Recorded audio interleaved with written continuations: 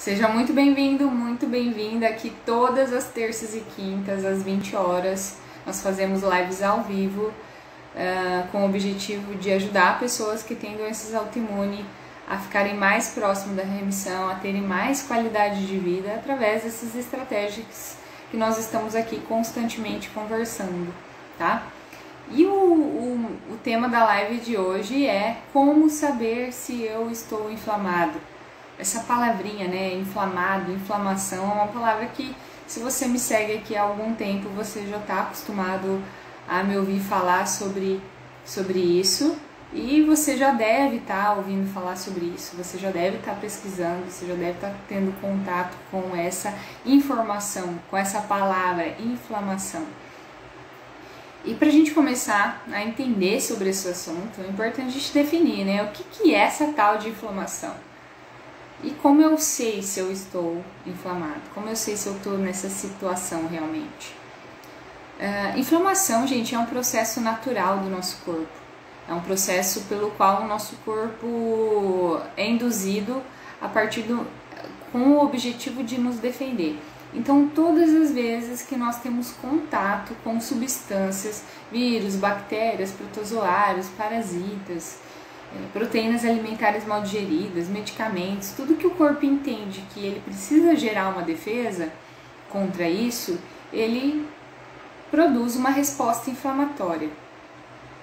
E tá tudo bem, não é algo errado, não é algo danoso ao nosso corpo, desde que essa inflamação cesse, desde que ela pare, né? Então, ela tem uma função e se ela está ali agudamente, né, durante um momento específico, ela está cumprindo a sua função e aí acabou o processo inflamatório, ela vai embora. Um exemplo, estou aqui nessa live e eu quebrei o meu copo de água e cortei o meu dedo. E eu preciso ir para o pronto-socorro fazer uma sutura, né, dar pontos nesse dedo. Esse dedo vai ficar inflamado, é uma característica, né? Ele vai ficar um pouco quente, avermelhado, vai ter um calor local, né? Isso são características da inflamação. Depois que ele concluiu o seu processo, essa inflamação vai embora. O dedo cicatrizou, tirei os pontos, enfim. A inflamação foi embora, ela cumpriu o seu papel de forma momentânea no corpo. E tá tudo bem, isso é importante para a nossa sobrevivência. O grande problema é quando essa inflamação ela é crônica e de baixo grau, a gente não percebe ela. E quando a gente pensa em doenças autoimunes, né, essa inflamação é fato que está acontecendo dentro de você, a não ser que você já esteja na remissão, que você já esteja com a doença controlada. É fato que essa inflamação pequena e de baixo grau esteja acontecendo com você, né, é como se fosse uma fogueira, né, pegando fogo ali. E como saber se eu tô inflamado ou não? E aí, se você tá gostando, dá coraçãozinho pra mim. Toda vez que eu falar algo que você tá curtindo, que você acha interessante, dá coraçãozinho é uma forma de eu entender que esse é um assunto que deve ser explorado, tá? Quanto mais coração, quando eu tô falando uma coisa e vejo coraçãozinho, eu entendo que eu devo falar mais sobre isso, ok? Então vai dando coraçãozinho aí. Isso aí. Já vou falar sobre os sintomas, Miriam. E aí também, gente, vai dando feedback, vai colocando aí as suas perguntas ou vai falando o que já aconteceu com você, fique bem à vontade para falar sobre isso, tá? Como saber se eu estou inflamado ou não? O nosso corpo, ele nos dá sinais o tempo inteiro. Esses sinais e sintomas são formas que o nosso corpo tem de sinalizar que tem algo que não está adequado, que tem algo funcionando fora da normalidade. E comecem a pensar que normal é diferente de comum. A gente tem coisas que são comuns, que a gente pode ter, que é comum para mim ou para você sentir, mas que não necessariamente isso seja normal, tá?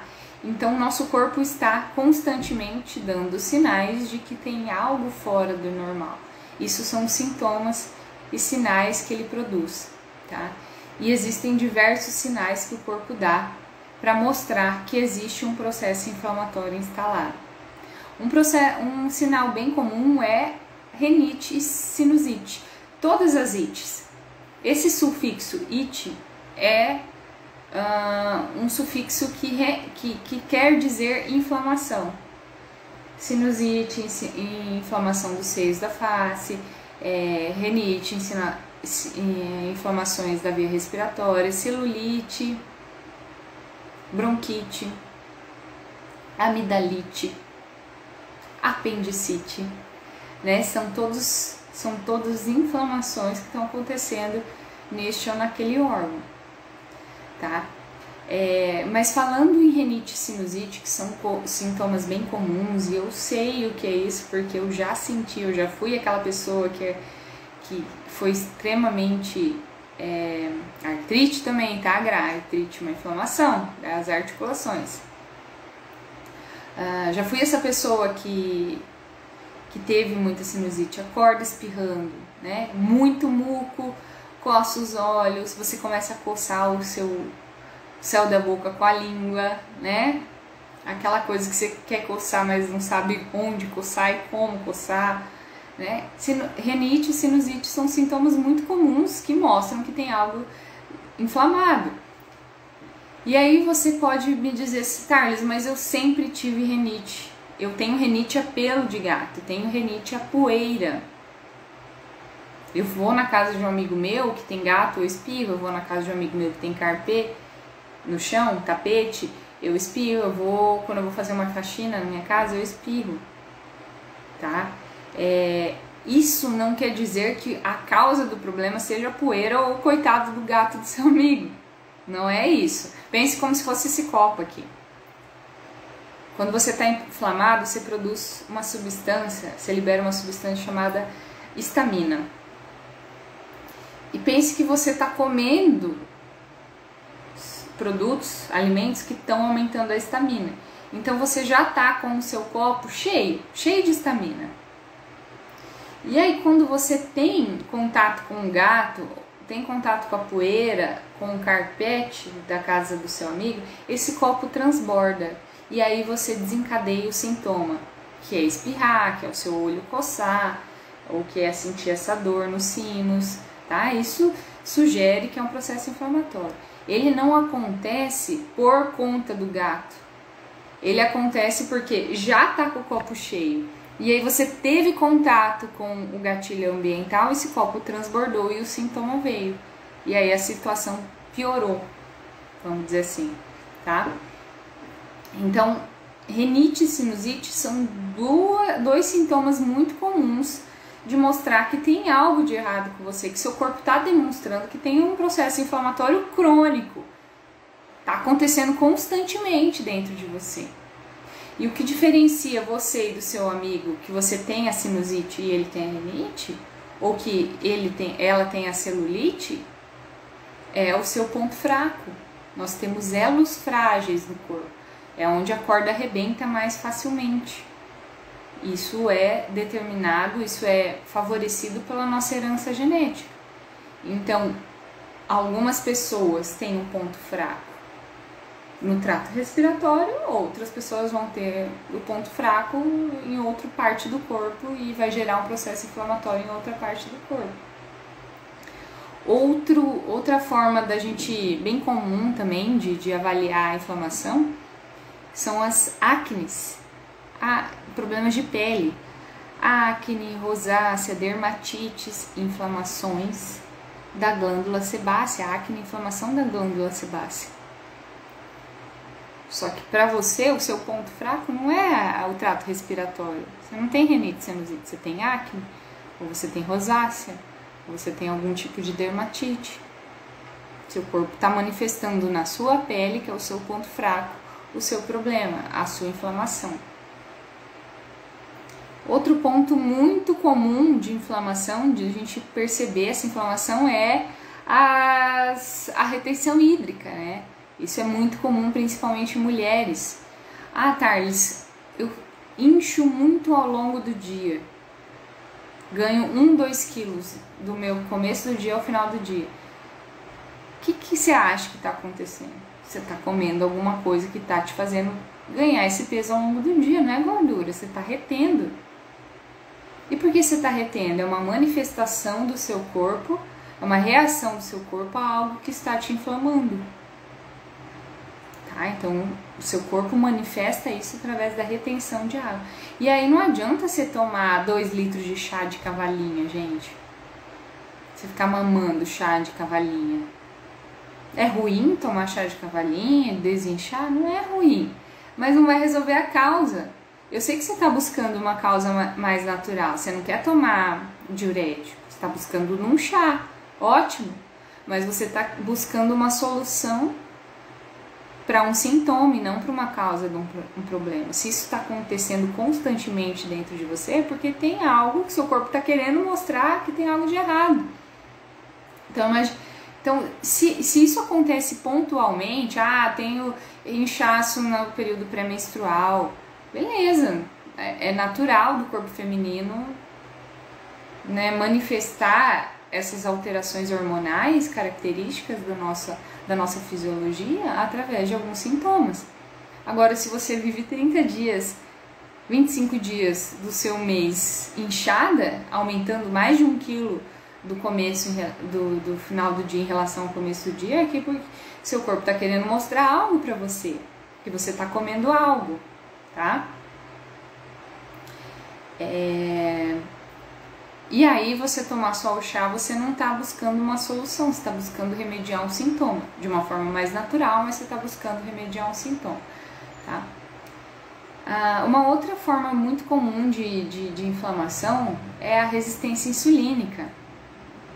Resistência insulínica, isso eu falo bastante, você também já deve estar acostumado a ouvir falar em resistência insulínica. Todas as vezes que você come carboidratos, o seu pâncreas precisa produzir insulina, que é um hormônio que faz com que o que você comeu consiga entrar na célula e ser utilizada como energia. Tá? Então a gente precisa produzir a insulina. Só que quem tem resistência insulínica precisa produzir muito, porque o que seria pouco, o normal, não funciona de forma eficiente. Eu sempre dou exemplo de um funcionário. Se você é um funcionário ou se você tem funcionários, você sabe o que é isso. Se você é um funcionário e você é muito eficiente, você trabalha direitinho, ou se você tem funcionários e tem um que trabalha muito direitinho, quando ele tira férias ou quando ele pede para sair, você sente falta dele, porque ele faz eficientemente o trabalho dele. E a insulina é exatamente assim. Ela funciona de forma eficiente, mas com o tempo, com os hábitos alimentares, com o estilo de vida, você passa a não produzir, ela passa a não ter uma função eficiente. E com isso, você precisa produzir em grande quantidade para ela dar conta daquele mesmo serviço que antes um só dava. Você tem que ter 2 funcionários ou 3 funcionários para fazer o mesmo serviço que um funcionário fazia, um eficiente funcionário fazia anteriormente. Olha só. E a insulina é exatamente assim. E resistência insulínica, gente, é uma situação em que cada vez mais eu vejo no dia a dia das pessoas. Cada vez mais é uma condição muito comum que aparece. Como você sabe se você tem resistência insulínica? Como que você sabe? Existem sinais clínicos e existem exames, tá? Exames a gente consegue avaliar pelo próprio exame de insulina, pela hemoglobina glicada, pelo gama-GT. Mas como que você, na sua prática, no seu dia a dia, consegue perceber se você tem resistência insulínica ou não?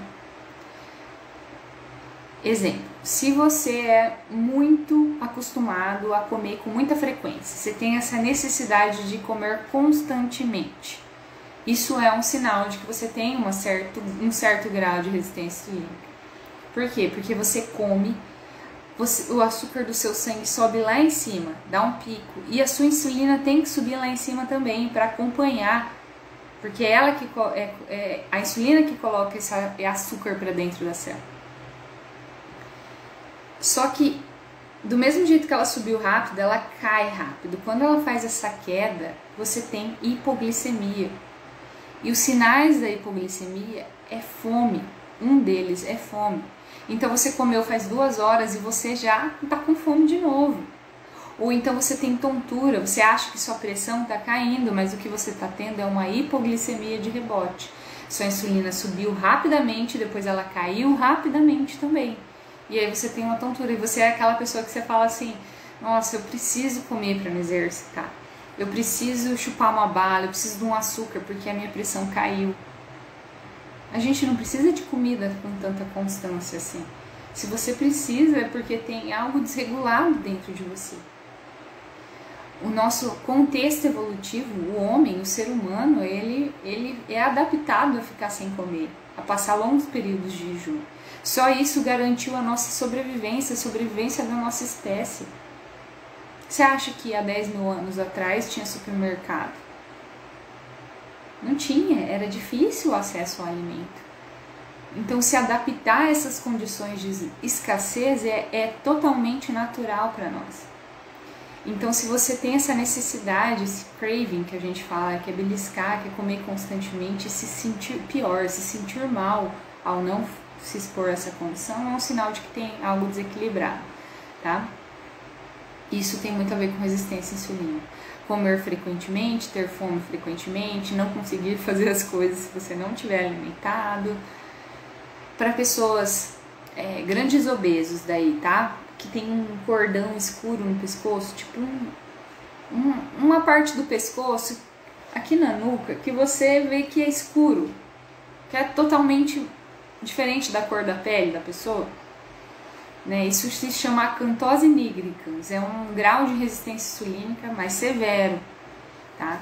Então, geralmente é mais pessoas que têm obesidade. Mas se você tem excesso de peso, se você é falso magro, se você tem gordura abdominal proeminente, isso já é uma característica de você ter algum grau de resistência insulínica. E essa resistência insulínica alimenta o processo inflamatório, que por sua vez esse processo inflamatório alimenta a sua resistência insulínica. É um ciclo que se auto-perpetua e que se auto-alimenta, tá? Então, uma coisa leva a outra. Então, para tratar a resistência insulínica, eu preciso conter a inflamação, e para conter a inflamação é importante brecar, frear essa resistência insulínica se ela existe, tá? E a gente tem mais diversos sintomas, como queda de cabelo, cansaço, aquela fadiga, indisposição constante, irritabilidade, ansiedade, insônia, tá? Tudo isso são sintomas inespecíficos de que existe um processo inflamatório.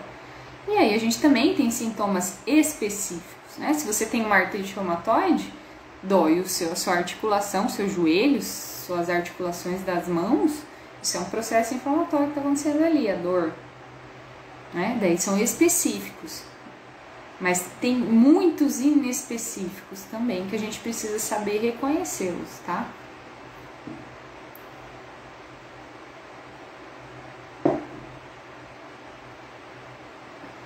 Pausa para a água.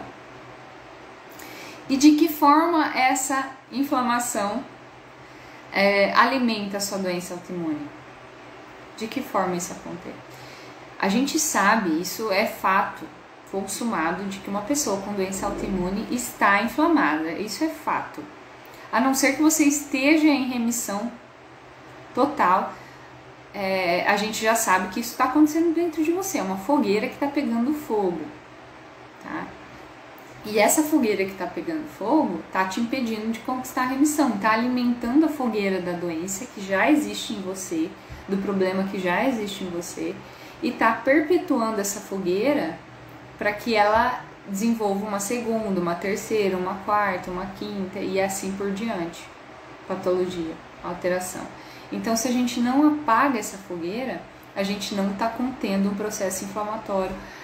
E o problema se permanece, continua, tá? Então, é importante você ter noção, tem doença autoimune, estou com a doença ativa, estou inflamado.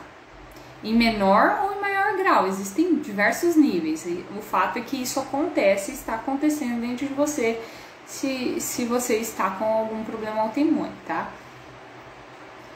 E aí, gente... O que me perguntaram esses dias, uma pessoa me perguntou, um seguidor me perguntou, falou assim, Carles, Eu tirei glúten e leite e eu não senti melhora. E aí? Gente, dietoterapia, pensar em remissão, em controle de uma doença autoimune, exige muitos passos além do tirar leite e derivados e glúten.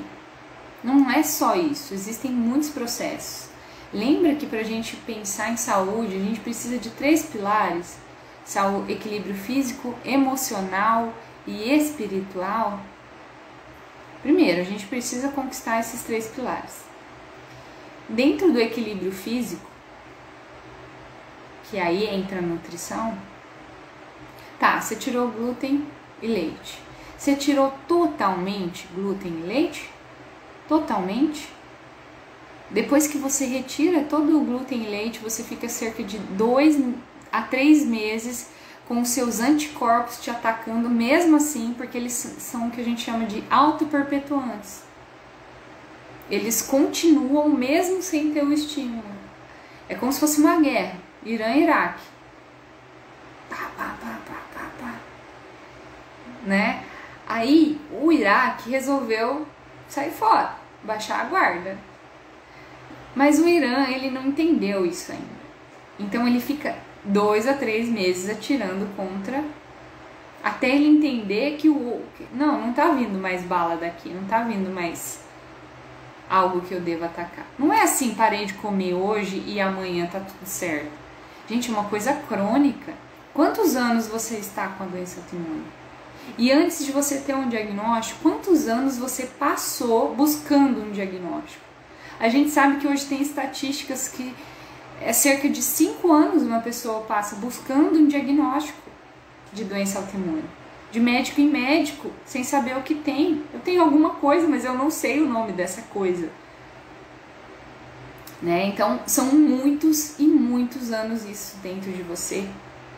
E tem o que a gente chama de espectro autoimune.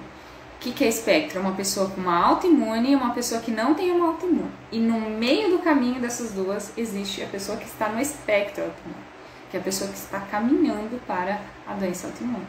E eu vou te falar, gente, tem muita gente nesse meio do caminho, mas tem muita gente mesmo. As pessoas que têm esses sintomas que eu falei anteriormente, inespecíficos, estão nesse meio do caminho. O corpo está dando sinal, mas não necessariamente isso atacou um órgão de forma que ela desencadeasse a doença, mas ela está caminhando para isso.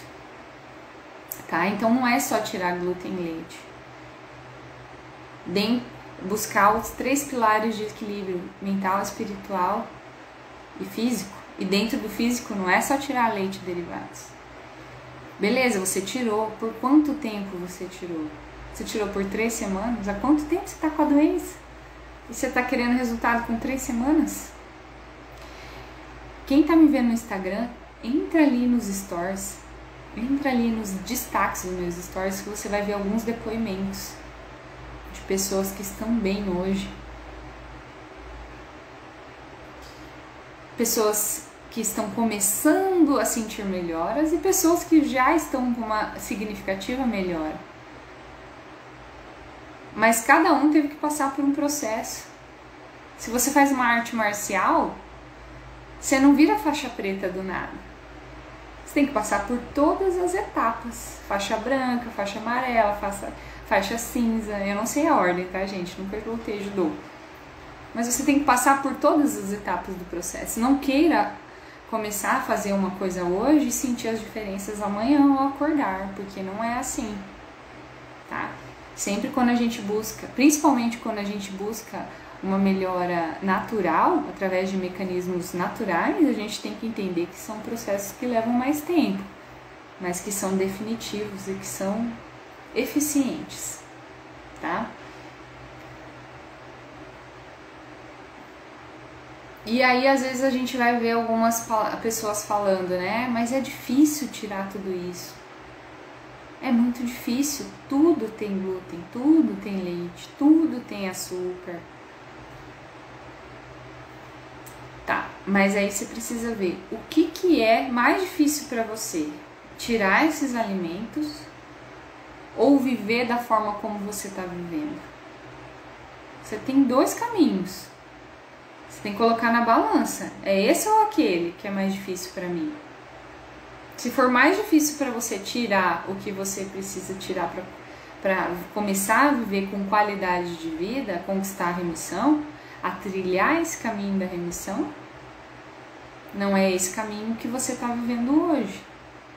Toda renúncia implica, toda escolha implica numa renúncia. Não tem como ter tudo, não tem como, isso é impossível. E eu digo, gente, tem muita. Se você olhou para alguém que conseguiu, é porque é possível. É possível para você também. É difícil? Fácil que não é, não tô falando que é fácil. Mas existe um caminho que vale a pena. É caro? É outra coisa que eu escuto muito. É caro comer bem. Você que tá me ouvindo aí, que come coisas saudáveis, você acha que é caro se alimentar de forma saudável? E aí eu peço para você colocar na balança, o que é mais caro? Quantos medicamentos, quanto que você gasta com remédio? Quanto que você gasta com profissionais, com profissional de saúde para tratar o que você tem? O que é mais caro? Investir em algo que está te tratando a longo prazo? Ou investir em algo que está simplesmente mascarando um sintoma e que muitas vezes esse sintoma não está sendo mascarado mais? Que você não está vendo diferença no que você está passando. Você continua tendo os mesmos sintomas. Você não está vendo uma melhora. Né? O que é mais caro? Investir em comida de qualidade ou investir em medicamentos, por exemplo, né? Esses dias, hoje eu fui numa costureira, fui buscar um vestido que eu levei para apertar, fazer uma barra. E lá tinha uma plaquinha assim, se você acha que é caro o meu trabalho, ela começava assim, não coloque preço no trabalho dos outros, porque se você acha que é caro, aprenda a fazer o que eu estou fazendo e faça você mesmo. E aí eu pensei, poxa, essa mulher já deve ter ouvido algumas coisas aí, por isso ela já colocou essa plaquinha, para ninguém chegar lá e pedir desconto. Né? Porque a gente coloca preço nas coisas, a gente classifica caro e barato de acordo com as coisas que a gente valoriza como caro e barato. Não é verdade? Tem gente que valoriza ter coisas, algumas coisas, e tem gente que valoriza ter outras coisas. Quem é a gente para julgar isso, né? Cada um gasta com o que quer. Mas para uns, olha aquela pessoa e fala, nossa, ela comprou esse celular de 10 mil reais, que absurdo. Tá, mas ela comprou porque ela gosta e para ela é valioso aquilo, né? Outra, olha, pessoas que valorizam ter uma casa própria, elas vão ter uma casa própria, elas guardam dinheiro, nem que elas tenham 30 anos para pagar aquela casa própria. Ela valoriza ter aquilo. E outras vão viver de aluguel a vida inteira, não valorizam ter uma casa própria, prefiram usar esse dinheiro de outra forma. E com saúde é exatamente assim. A gente faz quase 12 anos que eu atendo consultório. Eu já atendi diversos níveis de pessoas. Pessoa com dinheiro, que eu sei que tem dinheiro, e pessoas que eu sei que não tem dinheiro nenhum, que tipo guardou ali para pagar aquilo. Porque para ela aquilo tem valor. Ela valoriza aquele atendimento. E para outros não. Para ela é pouco dinheiro. E ela pede desconto porque para ela não é tão valioso aquele atendimento. Para ela é pouco significativo, sabe? Então o preço é o mesmo. A diferença é como você coloca valor nas coisas que você está adquirindo. O que tem valor não é quanto custa, é quanto vale para você investir na sua saúde. E tem gente que valoriza investir na saúde. Eu tenho paciente que não tem muita condição, não está nadando em dinheiro, mas valoriza, vai em diversos profissionais de visão integrativa e está investindo na sua saúde. Vai em médico integrativo, vai em nutricionista, vai em psicólogo, faz constelação familiar, faz microfisioterapia, faz reiki, faz tudo, gasta de suplemento. É isso, para a pessoa é valioso isso, tá? E não tem como a gente julgar. Mas afinal, Thales, o que eu posso utilizar para diminuir essa inflamação? Eu entendi que eu estou inflamado. O que eu posso utilizar para minimizar esse processo inflamatório? Tem algumas coisas que a gente precisa utilizar. A principal chave para a gente minimizar essa resposta inflamatória é tratar a parte intestinal. Lembra que o intestino na autoimune tem um buraco? E que esse buraco deixa proteínas alimentares mal digeridas passar através desse buraco, e quando ele passa, ele atinge a corrente sanguínea e dispara uma cascata inflamatória e dispara uma reação de anticorpos, e através de um processo chamado mimetismo molecular, que é uma confusão que o seu corpo tem entre entender o que é uma substância maléfica, algo que está te atacando, e o que é uma célula do seu próprio corpo, ele não entende isso, ele não sabe reconhecer o que é uma substância, o que é o seu próprio corpo do que é uma substância a ser combatida. E aí, na dúvida, vamos dizer assim, ele ataca os dois. E quando ele ataca os dois, ele está perpetuando seu problema autoimune e está favorecendo com que o outro aconteça. Então, o primeiro passo é fechar esse intestino. Mas como que eu faço isso? O primeiro passo para fechar o intestino é parar de colocar alimentos que estão contribuindo para que esse intestino fique esburacado. Como a outra colega colocou ali. Tá, eu tirei o glúten e o leite. Ainda não tô melhor. Tá, esse é o primeiro passo. O primeiro passo é tirar glúten e laticínios. Sim, de fato, esses são os piores quando a gente pensa em doença autoimune, quando a gente pensa em inflamação. Porque não existe nós não produzimos enzimas suficientes e eficientes em quebrar esse alimento, em picotar esse alimento em partes pequenas, fazendo com que isso não gere uma resposta imune. Então, de fato, esses são os dois principais alimentos, mas tem muitos outros. E eles estão ajudando a quebrar essas junções intestinais, o glúten e os laticínios, tá? Então, você que não começou, que ainda ingere, comece por aí. Este, de fato, é o seu primeiro passo. E aí, os próximos passos, com todo esse conteúdo gratuito que eu estou disponibilizando aqui, você vai ter conhecimento para isso. Mas o primeiro passo, de fato, é esse. Mas não é o único passo. E aí, eu queria falar, como o pessoal pergunta muito de suplemento, eu quero falar sobre suplemento, tá? Suplementos anti-inflamatórios. E aí, você que tá me ouvindo, o que você toma de suplemento anti-inflamatório? Fala aí pra mim, escreve aí pra mim. Por gentileza. Eu diria que o primeiro suplemento anti-inflamatório, nível master, assim, é a vitamina D. Vitamina D é muito utilizada no processo inflamatório. Então, se a gente sabe que numa pessoa com um problema autoimune existe uma inflamação acontecendo constantemente, esses estoques, essa necessidade de vitamina D é alta. Então, a gente armazena a vitamina D no tecido gorduroso, porém, se você não repõe, você só está utilizando e gastando os seus estoques, não é verdade? Então, é uma vitamina, na verdade, hoje já está até... Esse nome, vitamina, a gente já considera errado, né? Que é um pró-hormônio, tá?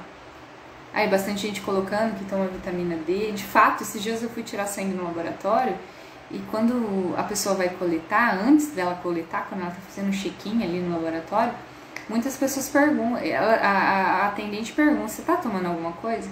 E o que eu ouvi de pessoas que estavam tomando vitamina D, bastante. Só que isso não é condizente com os níveis de vitamina D que eu costumo ver no consultório. Por quê? Eu acho que duas coisas. A pessoa toma uma dose muito baixa e a pessoa às vezes toma de forma pontual. Ah, fui no médico, ele me passou, tomei um mês e depois parei. Se você não continua tomando, você vai usar todo o seu estoque até acabar. É igual dinheiro, você tem a sua poupança. Se você não repõe, você só vai usando, uma hora ela acaba, né? E aí você fica com vitamina D lá baixinho. Então é muito utilizado no processo inflamatório. Então é uma coisa que é um suplemento de necessidade, de utilidade pública mesmo. Eu penso como algo de utilidade pública. Se a gente fosse pensar no mundo atual que a gente vive, pandêmico, uma das alternativas seria aplicar uma injeção de vitamina D em todo mundo. O grau de imunidade, de controle inflamatório ia ser outro. A gente ia ter outro recurso, imune muito importante. Muito importante, tá? O segundo dessa escala seria o ômega 3. É o segundo que eu vi aí, bastante gente colocando. Toma ômega 3. Toma ômega 3, né? O segundo, outro suplemento com um grau de potencial anti-inflamatório muito interessante. E de fato, a gente não consegue ingerir fontes de vitamina D. Por isso que esses dois são tão importantes. Porque a gente não consegue via alimentação. O que tem ômega 3 pra caramba? Sardinha, arenque, são peixes que tem bastante ômega 3. Só que não é da praxe da população brasileira comer peixe constantemente. Quem come muito, come uma vez por semana. Quantas vezes por semana você come peixe? Coloca aí pra mim. Quantas vezes ao mês? Coloca pra mim. Quantas vezes ao mês você come peixe? Tá? Então, realmente é uma quantidade baixa, né? Então, a gente precisa suplementar. E, gente, na hora de escolher o ômega 3, a gente vai ter ômega 3 de R$20 e ômega 3 de R$150. Fica mais ou menos ali no meio do caminho. Pega um de 80. Se você pegar o de 20, ele não vai ser bom. A matéria-prima não vai ser bom, a análise de metais não vai ser eficiente. Então escolhe uma no meio do caminho, tá, gente? A Lisa perguntou, 25 de vitamina D é baixo? Muito baixo para autoimune, você tem que deixar entre 70 e 100. E eu sei que alguns médicos de visão tradicional fazem terrorismo com relação a isso. Vê lá você com 50, não, para de tomar. Minha mãe, ela fez o exame dela e eu acho que deu 80, algo assim. O laboratório ligou pra ela, falou assim, ó, cuidado, hein, você tá com nível... Ligou pra ela, chamou ela pra conversar, porque tava muito alta, 80. Gente, 80 é ok, é ótimo. Tá, então... procure deixar nesses níveis, tá? Mas não tome doses muito altas. O colega aqui colocou, Adriana, colocou 5.000. 5.000, tá ok. Tome isso aí por dia, que vai subir devagarzinho, mas vai subir. Tá? É uma dose que você pode usar assim, mais tranquilo, tá? Márcia falou 1, 2 vezes por mês. 1, 2 vezes por mês o quê? Ô Márcia, não entendi.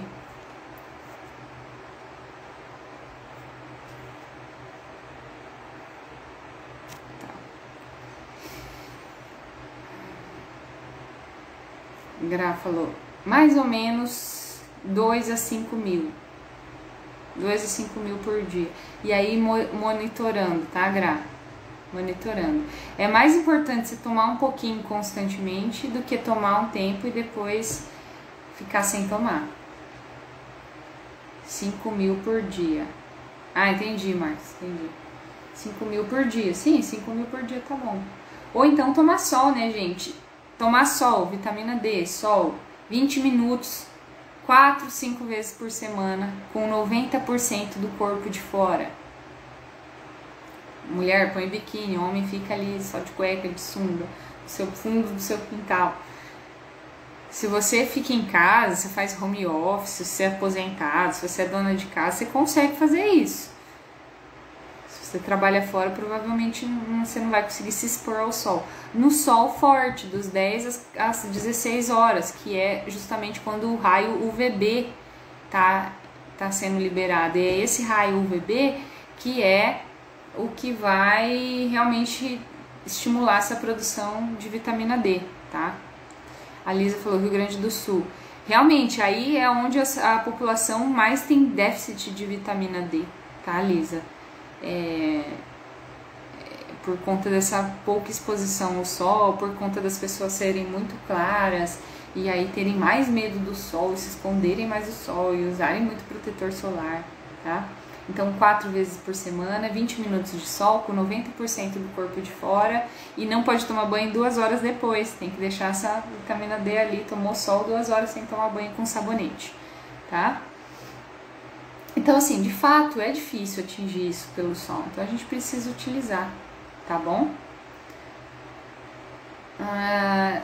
Perto da vitamina do ômega 3 a gente também tem o óleo de krill, que é um potentíssimo anti-inflamatório. Para a parte cognitiva, de repente quem tem esclerose, né? Quem tem esclerose é mais interessante ainda utilizar o óleo de krill. É um crustáceo, o krill, um crustáceo ali dos mares de águas frias, como próximo do mar Antártico, né, que produzem essa substância chamada astaxantina, tá? A gente tem a curcumina, que é tão falada hoje, todo mundo ouve falar muito bem, né, que é retirado do açafrão, né, o açafrão da terra, aquela raiz. Então, se você tem um terreninho aí, se tem qualquer pedacinho de chão na sua casa, que você consegue plantar uma mudinha de açafrão, plante. Utilizem tudo que você puder no seu arroz, na sua salada, colocar na água e tomar, né? Todas as formas que você conseguir ingerir esse açafrão da terra, você pode utilizar. É diferente de tomar suplemento, com certeza, porque o suplemento vai ser mais a substância, o princípio ativo, que é a curcumina, do que do alimento integralmente em si, né? Mas vai ser muito eficiente. Faça aquilo que você pode nas condições que você tem, tá? E depois, quando a condição melhorar, você continua melhorando a sua possibilidade, tá? Pode utilizar em cápsulas também, Lisa, a curcumina, tá? Óleo de krill, com K se escreve, tá? Óleo de krill. É um crustáceo. E aí um outro suplemento que também dá para utilizar na forma de alimento, que é super anti-inflamatório, é o gengibre. O gengibre super anti-inflamatório, você pode fazer, principalmente para quem tem alguma autoimune que se relaciona à dor, né? Uma espondilite anquilosante, uma artrite reumatoide, por exemplo, até lúpus que causa dor, você pode utilizar o chá de gengibre. Rala o gengibre, ferve a água, desliga o fogo, a hora que ferver a água, desliga o fogo e coloca esse gengibre ralado, abafa por 5 minutos, 5 a 10 minutos, e aí você toma esse gengibre, tá? Potentíssimo anti-inflamatório o chá de gengibre. Então comece a utilizar esse recurso natural que você tem. E aí um outro, deixa eu ver aqui, 3, 4, 5, 6, mais um, que é o própolis. Fácil e barato, acessível. Nós no Brasil exportamos própolis para o resto do mundo. Para o Japão utiliza muito própolis brasileiro. Lá é tipo mais de 100 reais. Aqui por 15 reais, 20 reais você compra um bom própolis. Sempre olhar, o que você precisa olhar para você comprar um própolis? A concentração, tá? Maior que 11%. Isso, no mínimo isso, 11%. Se você comprar orgânico, você vai ter um melhor própolis, mas você também pode, e daí você pode rodiziar, comprar o própolis comum, depois do mês que vem, quando acabar, você usa um própolis verde, e assim você vai rodiziando, tá? Não tem um melhor do que o outro, mas você pode, o ideal é rodiziar. Pode misturar o própolis, o gengibre com chimarrão? Pode usar sim. Chá de alecrim também é interessante. Gente, chá é uma super ferramenta que a gente tem, mas a gente não aproveita muito isso, né? Infelizmente a gente não utiliza tanto esse recurso, mas a gente tem uma enorme possibilidade de ter muito recurso bom com a utilização de chás.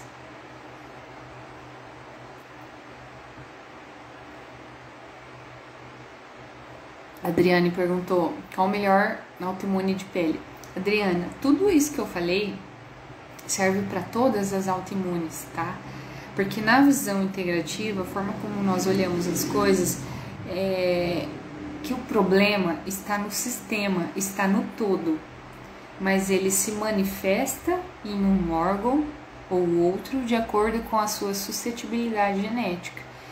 Então, se a sua autoimune de pele, é porque esse é o seu ponto fraco, a sua doença de base é essa. Mas o problema, ele é sistêmico. Então, tudo isso que eu falei se aplica ao sistema, a você. Porque a gente não trata o problema, a gente trata o ser humano. A gente trata a alteração que você está... Não trata a alteração que você está apresentando. Trata você, o seu desequilíbrio. E não como ele se manifesta, tá?